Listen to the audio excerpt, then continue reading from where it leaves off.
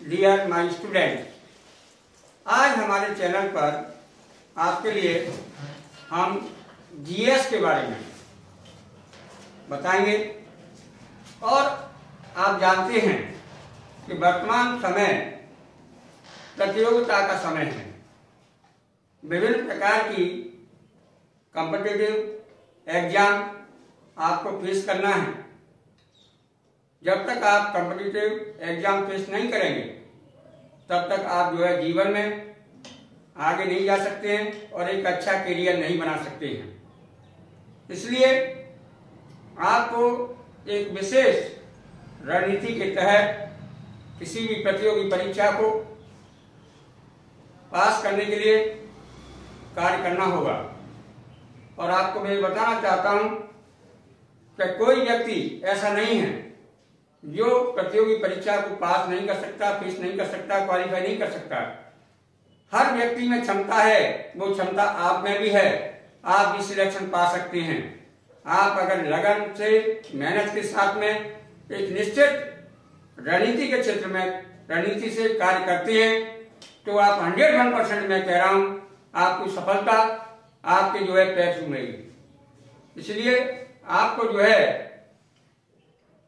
एक निश्चित अपना लक्ष्य बनाकर प्रतियोगिता की या विभिन्न प्रतियोगिताएं उनकी तैयारी करना चाहिए।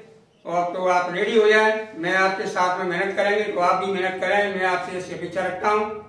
और अगर आपको मेरा लेक्चर पसंद आता है तो आप मेरे चैनल को सब्सक्राइब करें, लाइक करें, नोटिफिकेशन प्रेस ऑन करें।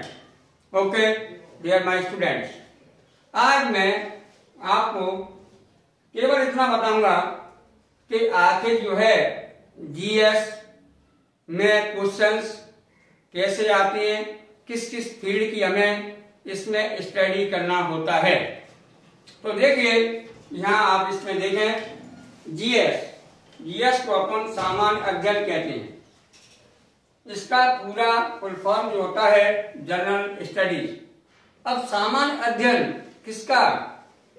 सामान्य अध्ययन में आप देखें कि जैसे आप यहाँ पर आप हैं, ओके, यहाँ पर आप हैं और आपके चारों ओर ये विभिन्न क्षेत्र हैं जिसमें चाहे तो जैसे आपका इतिहास है। हर कोई व्यक्ति होता है, स्थान होता है, उस क्या इतिहास होता है, तो हमें अपने इतिहास की जानकारी होना चाहिए।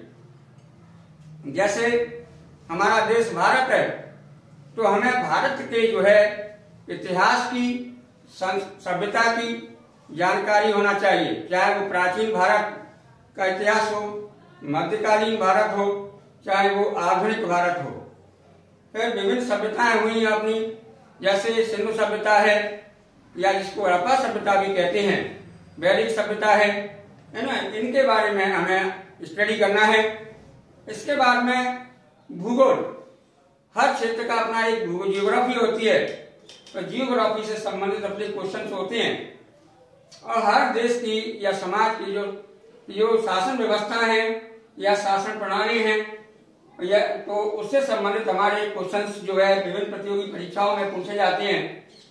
फिर कृषि, जैसे आप जानते हैं कि भारत एक कृषि प्रधान देश है, तो भारत में कृषि से संबंधित आपके विभिन्न पहलू हैं, इनकी जानकारी हमें होना चाहिए।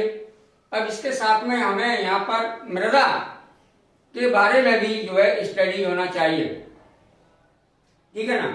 फिर आपकी अर्थव्यवस्था है, किस प्रकार की अर्थव्यवस्था है, अर्थव्यवस्था में कौन कौन से सेक्टर हैं, क्या कार्य कर रहे हैं, वहां से आपको क्वेश्चन बनेंगे। फिर आपके परिवहन है, संचार के साधन है ना, यातायात है। और उसके बाद में आप ये देखेंगे संस्कृति, सामाजिक व्यवस्था, खेल, और आपका ये सामान्य आपको मैथमेटिक्स भी आना चाहिए। तर्क शक्ति से भी क्वेश्चंस आते हैं। कंप्यूटर है आजकल, इंटरनेट है, इसकी जानकारी। और आपको विज्ञान में आप देखेंगे कि हमें 3 विज्ञान हैं मुख्यतः। जैसे भौतिक विज्ञान है, रसायन विज्ञान और जीव विज्ञान। जीव विज्ञान में आप जानते हैं कि जंतु विज्ञान और वनस्पति विज्ञान, ये तमाम फील्ड हैं।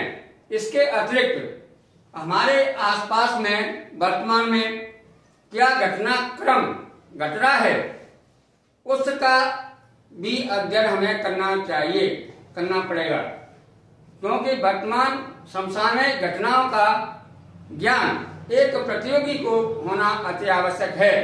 तो इन तमाम ये फील्ड हैं, उन फील्डों से आपके क्वेश्चंस जो है विभिन्न प्रतियोगी परीक्षाओं में आते हैं, इनकी स्टडी आपको करना है। जैसे मैं आपको बताता हूं कि भूगोल में से अपन देखें, भूगोल में क्या है, पहाड़, पर्वत, मैदान सब चीजें आती हैं। तो एक प्रश्न अमूमन परीक्षा में पूछा जाता है, वो ये कि जैसे माउंट एवरेस्ट है, माउंट एवरेस्ट जो है किस देश में है?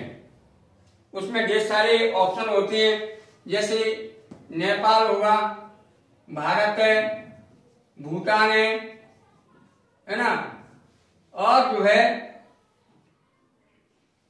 आपका चीन है। ठीक है, तो यहाँ माउंट एवरेस्ट की जो सबसे ऊंची चोटी है वो क्या है, किस कंट्री में आती है? नेपाल में आती है। ठीक है ना। तो हमें और ये भी हमें चाहिए जानकारी कि हमारे भारत, हमारा देश क्या है? भारत है। तो भारत के पड़ोसी जो देश हैं उनका भी क्या हमारा संबंध है, क्या हमारी भौगोलिक राजनीतिक व्यवस्था है, उनके बारे में भी जानकारी हमें होना चाहिए। ठीक है ना। अब इसमें भूगोल में आप नदी है, पहाड़ है, पर्वत हैं, उनके क्वेश्चन आते हैं।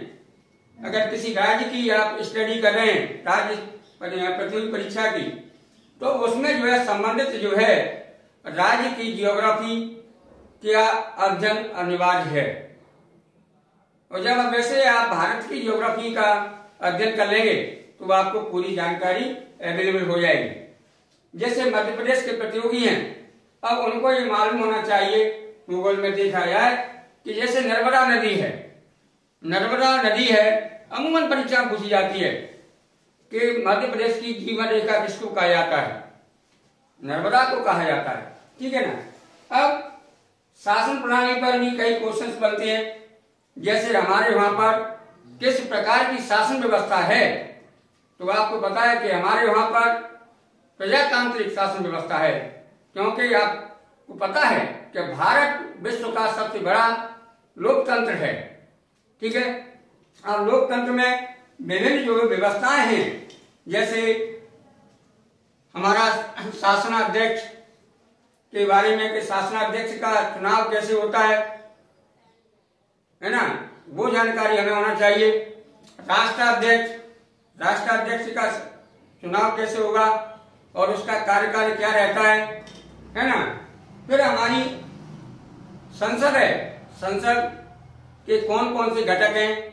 जैसे आप जानते हैं कि संसद जो है के 3 घटक होते हैं, एक आपकी लोकसभा है, दूसरा राज्यसभा और राष्ट्रपति। राष्ट्रपति भी संसद का अभिन्न अंग होता है। ठीक है। तो इनसे क्वेश्चन आते हैं। तो जैसे हमारी जो कृषि है, इंडिया में कौन कौन सी जैसे कृषि की जा रही है, कृषि के कौन कौन से घटक हैं और कृषि पर कितने % पॉपुलेशन जो है निर्भर है। ठीक है।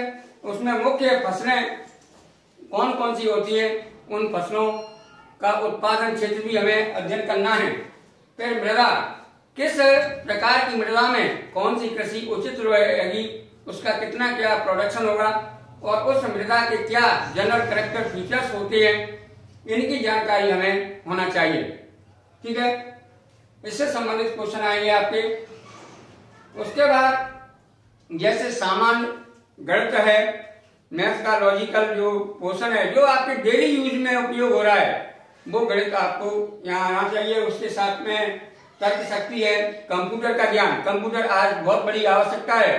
अगर कोई व्यक्ति कंप्यूटर का ज्ञान नहीं रखता है, नेट का, इंटरनेट का ज्ञान नहीं रखता है, तो उसको अशिक्षित माना जाता है, क्योंकि इसके बिना सब ज्ञान अधूरा हो जाएगा, क्योंकि आजकल वर्तमान के साथ में हमें चलना है, तो हमें कंप्यूटर और इंटरनेट के बारे में भी हमें जानकारी रखना चाहिए।